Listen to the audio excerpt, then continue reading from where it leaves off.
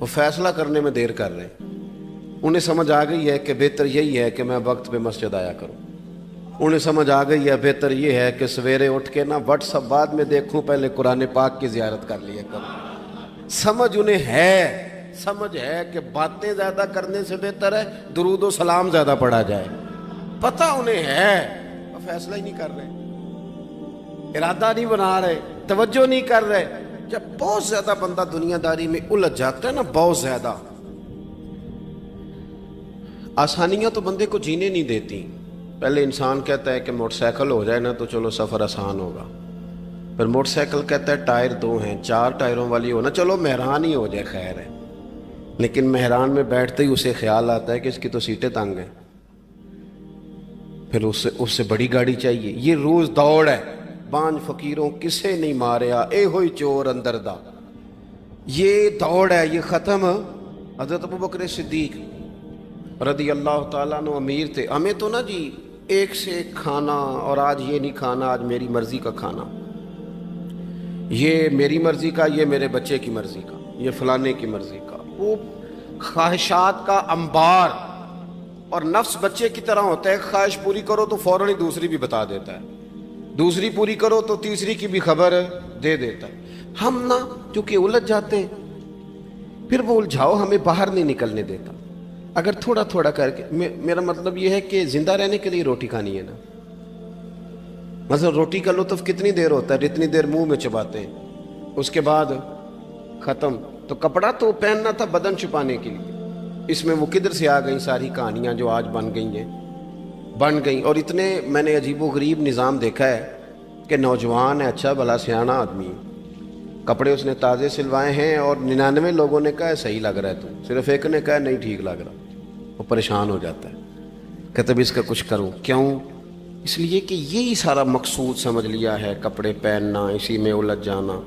میں اکثر دوستوں سے کہتا ہوں، میں خود کسی دوسرے کی بات نہیں کرتا، بہت زیادہ عمر نہیں میری، میں خود جایا کرتا تھا، شادی کوئی آ گئی تو 2-3 دن پہلے ابا جی کہتے تھے پرانے جوتے کچھ گنڈوا لا، کچھ پالش کرا لا، توڑے میں ڈال کے جانا موچی کے پاس، اس نے کچھ سیٹ کر دینے۔ اب کہاں رہ گیا جی یہ کام، چھٹی نہیں ہو گئی، اب کون سا ایسا سلسلہ ہے؟ وہ جو کہیں سے کپڑا تھوڑا پھٹ جاتا تھا نا، تو اماں اس کو اس طرح پیوند کراتی تھی کہ ڈیزائن بھی بن جاتا تھا اور کام بھی چل جاتا۔ کدھر گیا وہ دور؟ لیکن تکلیف دیکھ لیں آج پہلے سے زیادہ ہے، لڑائی پہلے سے زیادہ ہے، آزمائش پہلے سے زیادہ ہے۔ کیوں؟ جتنی بھی خواہشات آپ بڑھاتے جائیں گے نا، مقصد فوت ہوتا جائے گا۔ جتنی بھی مقصود سفر کرنا ہے، گاڑی دکھانا تو مقصود نہیں نا، لیکن ہمیں وہ والی گاڑی چاہیے کہ لوگ ایک دفعہ انگلی منہ میں ڈالیں کہ وہ اس گاڑی پہ بیٹھا ہوا ہے۔ ہم مقصد سے پیچھے ہٹیں گے جب پھر تکلیف میں آئیں گے، پھر آزمائش۔ زندگی میں ہم نے جو چیزیں مینج کی ہیں وہ ساری دوسروں کے لیے، ہمارے لیے کوئی شے بھی نہیں۔ ولیمے پہ گئے تاکہ برادری راضی ہو جائے، تعزیت کے لیے گئے تاکہ محلہ راضی ہو جائے، فلانا کام کیا تاکہ لوگ جو ہیں وہ میرے حق میں ہو جائیں۔ ساری زندگی دوسروں کے لیے جی کے گزار دی، اور آپ نے 99 نیکیاں کی، ایک خامی آئی تو لوگ تو وہ تھے جو پھر بگڑ گئے۔ بہتر نہیں بندہ رب کو ہی راضی کرے۔ واللہ ورسولہ احق ان یرضوا، اللہ اور اس کے رسول کا زیادہ حق ہے کہ انہیں راضی کیا جائے، ان کا زیادہ حق۔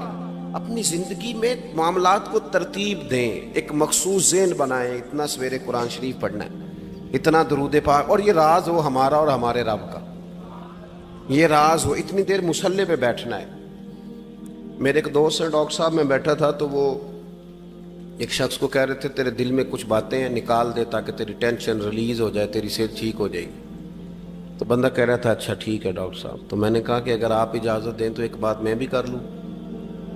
نے کہا آپ بھی کر لیں۔ تو میں نے کہا ڈاکٹر صاحب کچھ دکھ بڑے ذاتی اور نجی ہوتے ہیں، بندہ کسی کے سامنے کہہ ہی نہیں سکتا، بڑے ذاتی قسم کے ہوتے ہیں وہ، آپ کسی کے سامنے جتنا مرضی کوئی قریبی ہو، وہ بندے کی اپنی اندر کی کچھ ایسی تکلیفیں ہوتی ہیں اندر کی، آزم گنڈاں دے وچ گنڈاں 10 کیڑی کھولا، بڑے مسئلے ہوتے ہیں، آپ کیسے بیان کر سکتے ہیں، سوال ہی نہیں پیدا ہوتا۔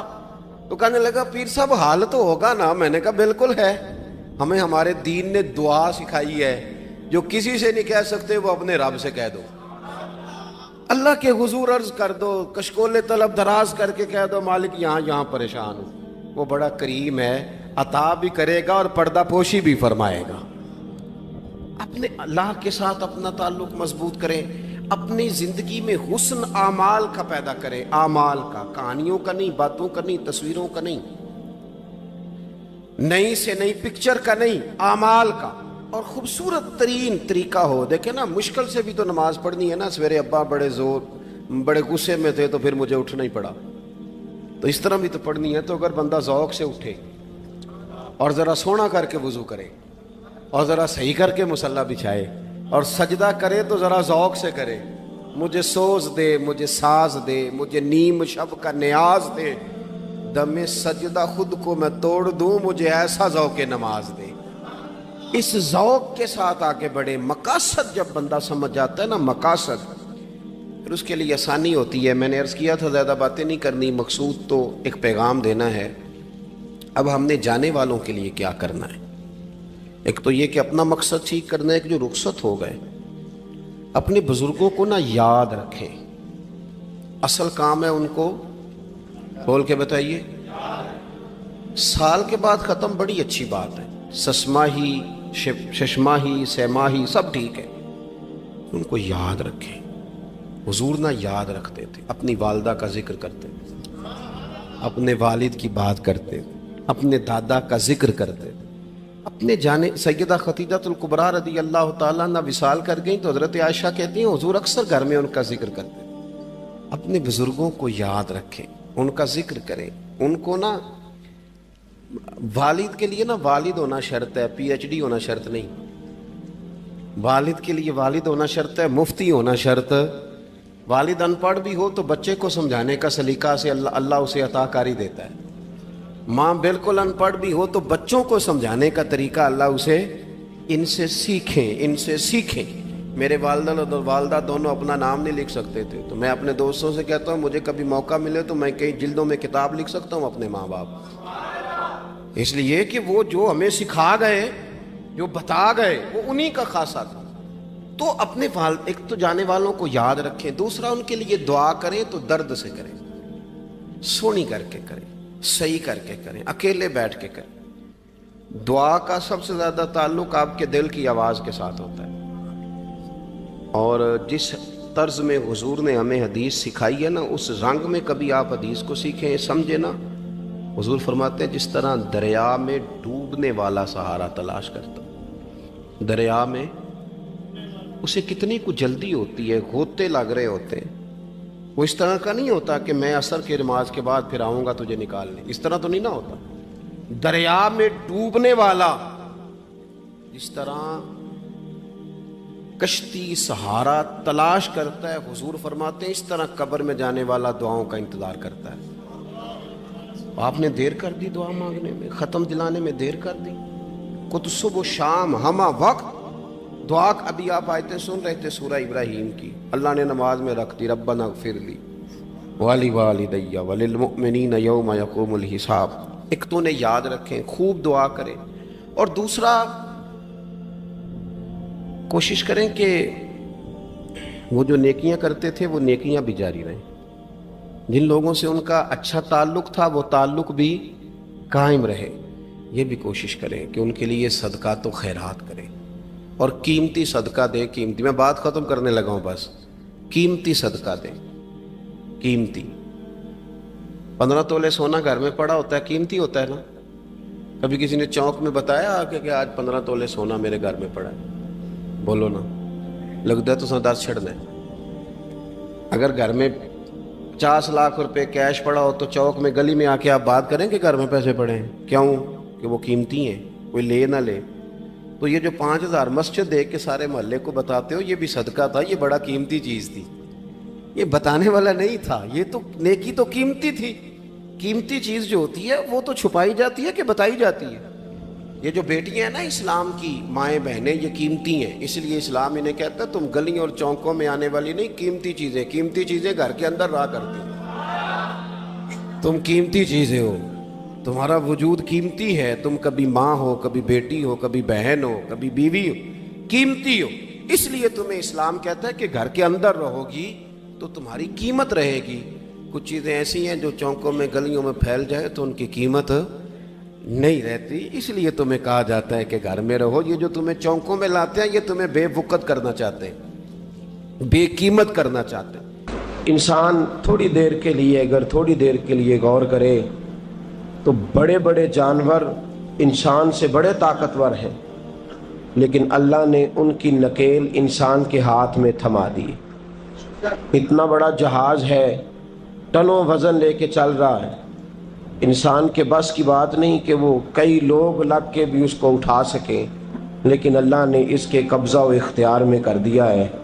فرمایا هو الذی خلق لکم ما فی الارض جمیعا, زمین میں جو کچھ ہے سارا تیرے لیے بنایا ہے, آسمان میں جو ہے سارا تیرے لیے بنایا ہے. وما خلقت الجن والانس الا لیعبدون, فرمایا کل کائنات میں نے تیرے لیے بنائی ہے اور تجھے میں نے اپنی عبادت کے لیے پیدا فرمایا ہے. تو جنوں اور انسانوں کو اللہ نے اپنی عبادت کے لیے تخلیق فرمایا. مقصد زندگی, مقصد تخلیق, دنیا میں آنے کا مقصد اولین اور مقصد آخری اللہ کی عبادت, اللہ کی معرفت, اللہ کی طرف توجہ, اللہ کی طرف رجوع. یہی ایک مقصد تھا انسان کے آنے کا. اسی کو قرآن نے بیان کیا تھا. اپنے اپنے مقاصد. درود شریف پڑھنے والے بلند صلاۃ و سلام علیک یا سید یا رسول اللہ. اپنے اپنے مقاصد, اپنے اپنے معاملات کو ہم نے ترتیب دے لیا ہے. صبح سے شام تک کے معاملات سارے کے سارے ہمارے ذاتی, نجی اور ہمارے اپنے بنائے ہوئے مقاصد کے تحت گزر رہے ہیں. حالانکہ رب کریم نے فرمایا کہ انسان میں نے تجھے اپنی عبادت کے لیے بنایا ہے, اپنے لیے تجھے بنایا ہے. تو میری بارگاہ میں سجدہ ریز ہو, تو میری بارگاہ کی طرف توجہ کرے, تو میرے لیے تسبیح پڑھے, تو تحلیل کے جملے بولے, تو تکبیر کہے, تو میرے محبوب پہ نازل ہونے والے قرآن کی تلاوت کرے. تجھے تو اس لیے بنایا تھا. عبادت کا معنی یاد رکھیے گا, عبادت کا معنی فقط نماز پڑھنا نہیں, عبادت کا معنی صرف نماز پڑھنا نہیں. نماز عبادت کا ایک جز ہے, نماز عبادت کا ایک حصہ ہے. عبادت نماز پڑھنے کا نام نہیں, عبادت روزہ رکھنے کا نام نہیں, عبادت صرف اور صرف حج کرنے کا نام نہیں, فقط ذکر فکر کرنا عبادت نہیں, بلکہ اللہ کا حکم ماننے کا نام عبادت ہے. خدا رسول کی بات ماننے کا نام عبادت ہے. جہاں جانے کا خدا حکم دے وہاں چلے جاؤ, یہ عبادت ہے. جہاں جانے سے منع کر دے وہاں کبھی نہ جاؤ, یہ عبادت ہے. اگر نماز پڑھنے کا نام ہی عبادت ہوتا تو پھر فجر کی فجر کے وقت کیوں پڑھنی پڑتی, پھر ظہر میں ہی کیوں فرض ہوتی, پھر عصر کا وقت مغرب میں جا کے کیوں نہ شروع کیا جاتا, پھر انسان کی مرضی تھی جب پڑھ لیتا. فرمایا نہیں, عبادت میری ہے, اصل میری اطاعت ہے. میں جب کہوں کہ یہ فجر کا وقت ہے تو تجھے فجر مان کے پڑھنا, جب کہوں ظہر کا وقت ہے تو ظہر مان کے. ہم نے عبادت کو مخصوص کر دیا. مسجد میں چلے جانا, نفل پڑھ لینا, کچھ دیر قرآن شریف پڑھ لینا, کچھ دیر اللہ کی عبادت کر لینا, کچھ دیر ذکر اذکار کر لینا, اس کا نام عبادت ہے. اور باہر نکل کے بے شک جھوٹ بولے, باہر نکل کے بے شک غیبت کرے, باہر نکلے اور کم تولے, باہر نکلے اور اپنی من مرضی کرے, تو یہ عبادت نہیں. اس لیے کہ ہم اس خدا کے ماننے والے ہیں جو صرف مسجد میں نہیں ہوتا بلکہ جلوہ تیری ذات کا کو بکو ہے. میں جدھر دیکھتا ہوں ادھر تو ہی تو ہے. ہمارا خدا صرف مسجد میں نہیں ہے, اللہ ہر جگہ ہے. جے میں تینوں اندر جانا پھر مقید جانا, جے میں تینوں باہر سمجھا اندر کون سمانا. اندر بھی تویں باہر بھی تویں وچ بلا کون نمانا. اصل بات یہ ہے کہ جب خدا ہر جگہ ہے تو اللہ تبارک و تعالیٰ کا حکم ہر جگہ ماننا ہے, ہر جگہ اطاعت کرنی ہے, ہر لحاظ سے. رب کی بات ماننے کا نام عبادت ہے.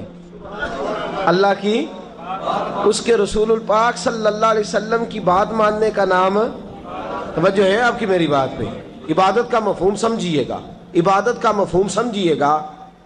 ہمارا وہ دین نہیں جو پنڈتوں جوگیوں راہبوں کا مذہب ہے کہ جنگلوں میں نکل جاؤ تسبیح لے لو, میں کھٹکتا ہوں دل عالم میں کانٹے کی طرح اور تو فقط اللہ اللہ اللہ.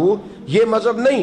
ہمارا دین کہتا ہے مسجد میں بیٹھ کے جو ذکر کرے گا اسے بھی ثواب ملے گا، اور جو محنت کر کے کما کے بچوں کو کھلائے گا اسے بھی ثواب ملے گا۔ ہمارا دین یہ کہتا ہے جو مسجد میں بیٹھ کے قرآن پڑھے گا اسے بھی ثواب ملے گا، اور جو گلی میں پڑا ہوا کانٹا اٹھا دے گا اسے بھی اللہ اجر عطا فرمائے گا۔ اللہ کا حکم ماننا، اللہ کا حکم ماننے کا نام عبادت۔ محمود غزنوی کے پاس ہیرا ہے، محمود غزنوی کے بڑے غلام تھے تو ایک بڑا پیارا تھا اسے، آپ جانتے ہیں اس کا نام کیا تھا؟ ایاز محمود غزنوی کو بڑا تو حسد شروع ہو جاتا ہے ہر جگہ، الا ماشاءاللہ لوگ کہنے لگے بادشاہ ہر وقت اسی کو پیار کرتا رہتا ہے، ہر وقت اسی کی طرف توجہ کرتا رہتا ہے۔ بادشاہ نے ایک دن آزمانا چاہا، اتنا ہیرا تھا، موٹا ہیرا بادشاہ کے پاس۔ بادشاہ نے ایک وزیر صاحب کو بلایا، کہا یہ اینٹ پکڑو، ہیرے پہ مارو، اسے توڑ دو۔ کہنے لگا بادشاہ بات تیری ٹھیک ہے پر بڑا قیمتی ہیرا ہے، کیوں تڑوا رہے ہیں آپ؟ مال خزانہ میں رکھ دیں، کام آئے گا، کسی نہ کسی جگہ پہ استعمال ہو جائے گا، آپ کیوں اس کو تڑوانے کی ضد کر رہے ہیں؟ بادشاہ سلامت نے کہا اچھا تم نے ٹھیک مشورہ دیا، میں ہی جذبات میں آ گیا تھا۔ ایک دوسرے آدمی کو بلایا، اس کو کہا یہ ہیرا توڑنا ہے۔ اس نے کہا بادشاہ مجھے لگتا ہے پوری دنیا میں اتنا موٹا ہیرا تیرے پاس ہے، کسی اور کے پاس نہیں ہوگا، یہ توڑنے کی چیز نہیں تجوری میں سنبھالنے کی چیز ہے، اسے سنبھال کے رکھ۔ تیسرے کو بلایا، چوتھے کو بلایا، جس کو بھی بلاتا رہا وہ بادشاہ کو سمجھاتا رہا، جس کو بلایا بادشاہ کو سمجھایا۔ ایاز کی باری آئی، کہا ایاز ادھر آ، توجہ ہے آپ کی؟ ایاز ادھر آ، یہ ہیرا تو توڑ دے۔ اس نے اینٹ پکڑی، زور سے ماری، ہیرا توڑ دیا۔ بادشاہ کہنے لگا بڑا بیوقوف ہے بھئی تو، یہ سارے میرے خیر خواہ تھے، مجھے سمجھاتے رہے اور تو نے خیال ہی نہیں کیا، میں بیوقوف تھا تو تو بھی ساتھ ہو گیا، توڑ ہی دیا۔ کہنے لگا بادشاہ غلطی ہو گئی، مجھ سے غلطی ہو گئی، مجھے نہیں توڑنا چاہیے۔ اس نے کہا اچھا چل چھوڑ، ایک بات بتا، تیرے سامنے جو سب مجھے مشورے دے رہے تھے تو نے کیوں نہیں دیا؟ میں نے تجھے کہا توڑ دے، کیا لفظ ایاز نے کہے، کمال کر دی۔ کہنے لگا بادشاہ میرے دل میں خیال آیا ہیرا ٹوٹتا ہے تو ٹوٹ جائے، میرے بادشاہ کا حکم نہیں ٹوٹنا چاہیے، یہ ٹوٹتا ہے تو ٹوٹ جائے، یہ کرچی کرچی ہوتا ہے تو ہو جائے، خزانہ خالی ہوتا ہے تو ہو جائے، لیکن میرے مالک کا حکم نہیں ٹوٹنا چاہیے۔ بادشاہ میں ہر چیز توڑ دوں گا پر میں تیرا حکم نہیں توڑ سکتا۔ بس دوستو یہی عبادت ہے، بلا مثال و بلا تشبیہ بات سمجھیے گا۔ جس نے خدا کا حکم توڑ دیا اس نے عبادت نہیں کی، اور جس نے خدا کا حکم اچھا آؤ نماز کے لیے، دکان کا وقت ہے، گاہک بھی زیادہ آ گئے ہیں، رش پڑ گیا ہے، اب تھوڑا وقت مشکل ہو جائے گا، ذرا تھوڑی دیر میں پڑھ لوں گا۔ ہیرا ٹوٹتا ہے تو ٹوٹ جائے، گاہک آنے کا سلسلہ ٹوٹتا ہے تو ٹوٹ جائے، روزی آنے کا سلسلہ ٹوٹتا ہے تو ٹوٹ جائے، مسلمانوں خدا کا حکم نہیں ٹوٹنا چاہیے، رسول اللہ کا فرمان نہیں ٹوٹنا چاہیے۔ میرے رسول پاک صلی اللہ تعالی علیہ وسلم کا اقبال نے کیا کہا؟ کہنے لگا اے طائر لاہوتی، اس رزق سے موت اچھی جس رزق سے آتی ہو پرواز میں کوتاہی۔ کہا خدا کا حکم نہ توڑ بیٹھنا، اور عبادت بھی جس کو اللہ کہہ دے وہ عبادت ہے۔ ایک بندہ زوال کے وقت نماز پڑھنے کھڑا ہو جائے تو ہو جائے گی، کیوں؟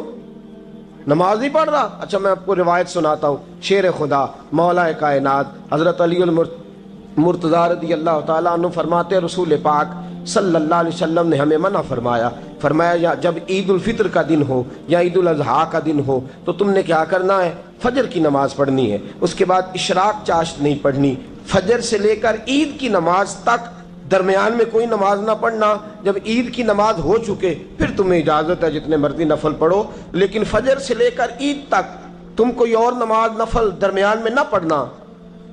حضرت علی المرتضی شیر خدا کا زمانہ ہے، عید کا اعلان ہو گیا، عیدگاہ میں لوگ کٹھے ہو رہے ہیں، ایک شخص دوڑا آیا، اس نے آ کے نماز کی نیت باندھ لی۔ توجہ ہے آپ کی؟ میں نے کہا عبادت ہے خدا کا حکم ماننے کا نام۔ حضرت علی رضی اللہ تعالیٰ عنہ نے نماز کے بعد اس شخص کو بلایا، فرمایا ادھر آ، تجھے نہیں پتا کہ جب تک عید کی نماز نہیں ہوتی کوئی اور نفل نہیں پڑھیں گے؟ کہنے لگا جی میں نے نماز ہی پڑھی ہے، کوئی جرم کیا ہے؟ نماز پڑھی ہے نا، میں نے سجدہ کیا ہے، کوئی جرم ہے؟ حضرت علی نے تلوار نکال لی، فرمایا جو مصطفیٰ کی سنت توڑ کے نفل بھی پڑے گا میں اس کا بھی سر قلم کر دوں گا، جو رسول پاک کے حکم کے خلاف عبادت بھی کرے گا اس کو بھی قتل کر دیا جائے گا۔ توبہ کر۔ یاد رکھیے گا، عبادت خدا رسول کی بات ماننے کا نام ہے۔ آپ سویرے 8 بجے اٹھ کے کھڑے ہو جائیں کہ میں نے تو فجر پڑھنی ہے، فجر کا وقت 8 بجے نہیں ہوتا، وہ گزر گئی 4 بجے، 4:15 بجے ہو چکا۔ ایک شخص شام 7 بجے کھڑا ہو جائے، کہے جی میں تو ظہر کی نماز 7 بجے پڑھا کروں گا، یہ کیسے ممکن ہے؟ اس کا وقت تو 2 بجے کے راؤنڈ اباؤٹ ہے، تجھے اسی وقت ادا کرنی۔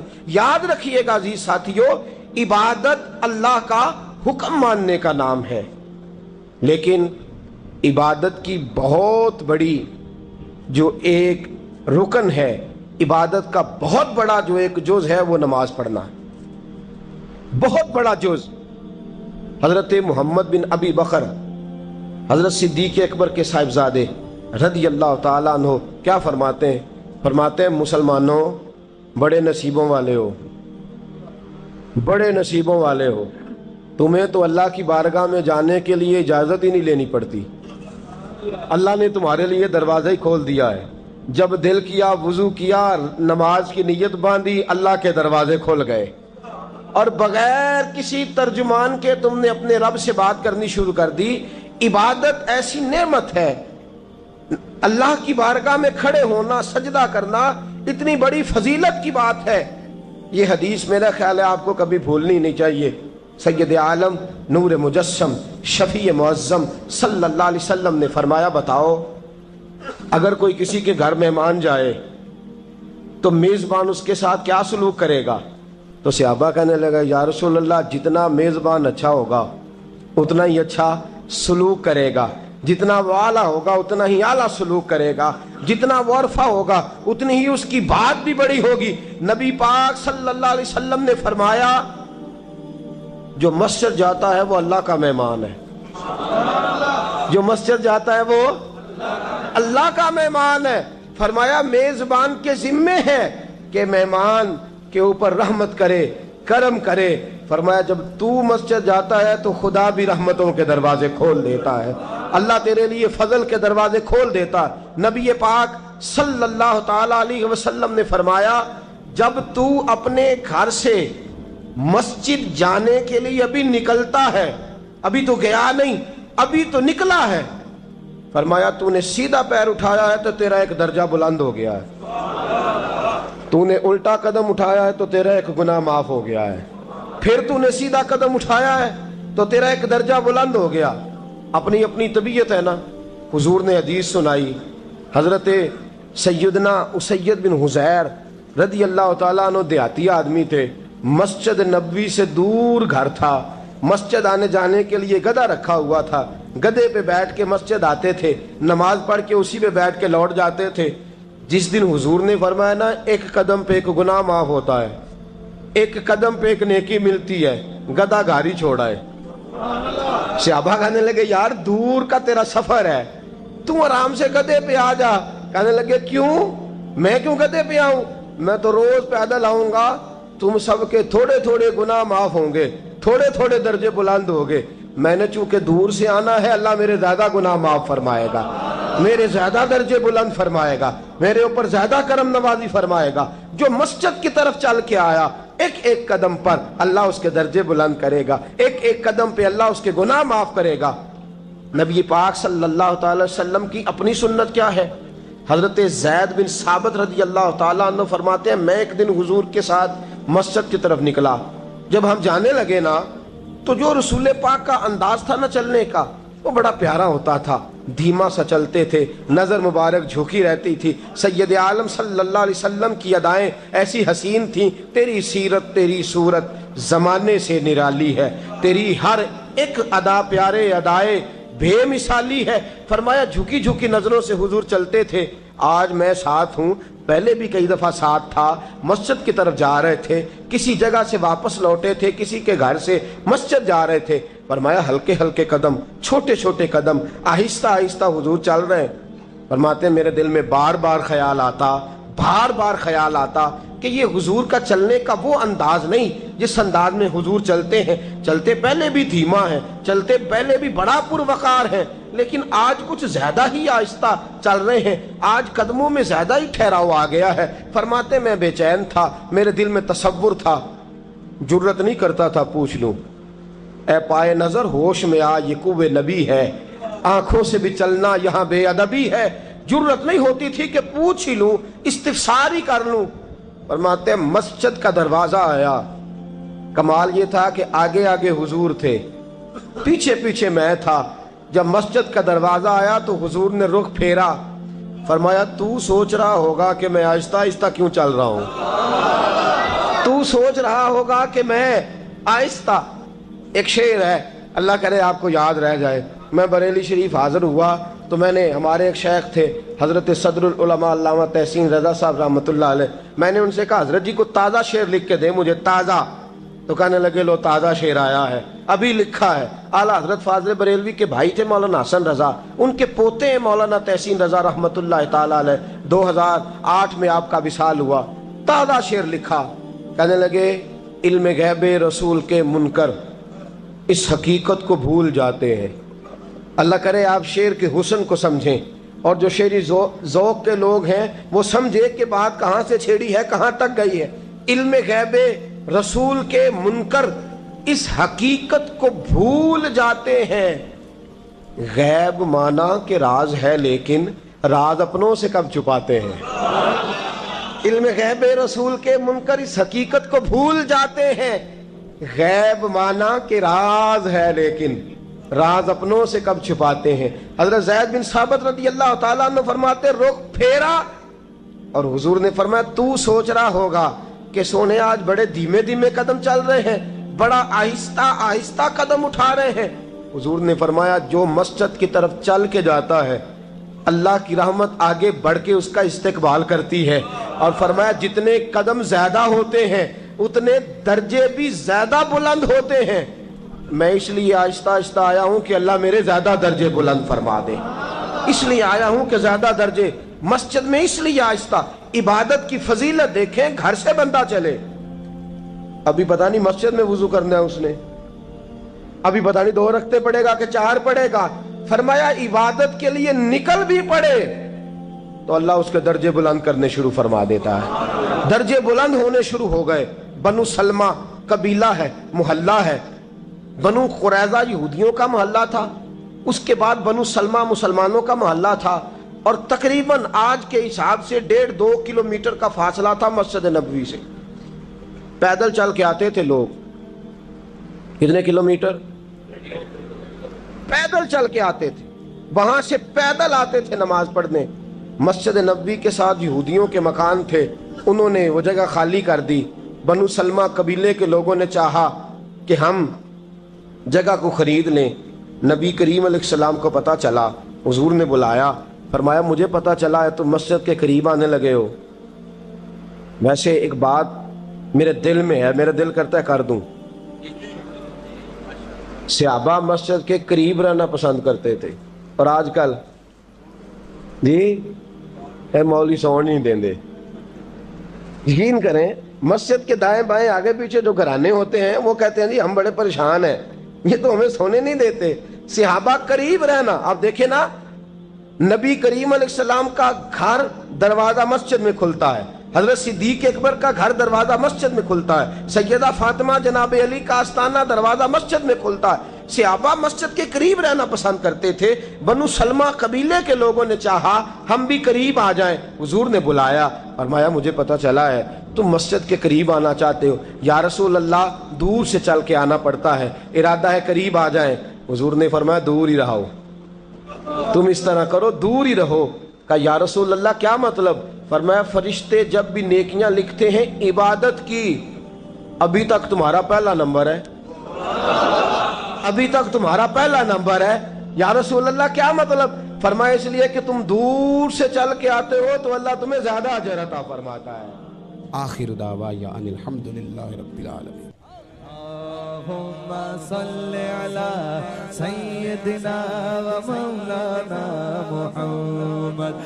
اللهم صل على سیدنا و مولانا محمد. اللہ کے شیر حیدر کرار پر درود. اللہ کے شیر حیدر کرار پر درود. اللہ کے شیر حیدر کرار پر درود.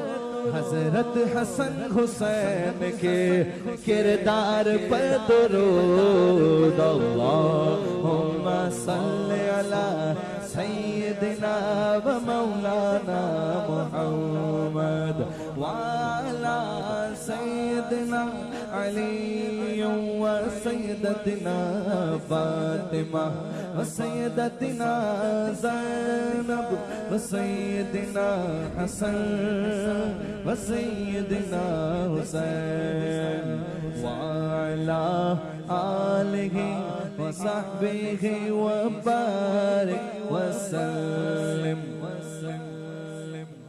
زینب کی بارگاہ میں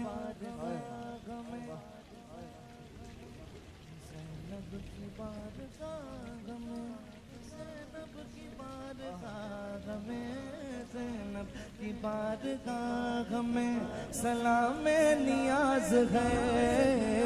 زینب کی بارگاہ میں سلام نیاز ہے. جو مرتضیٰ کی لاڈلی زہرا کا ناز ہے.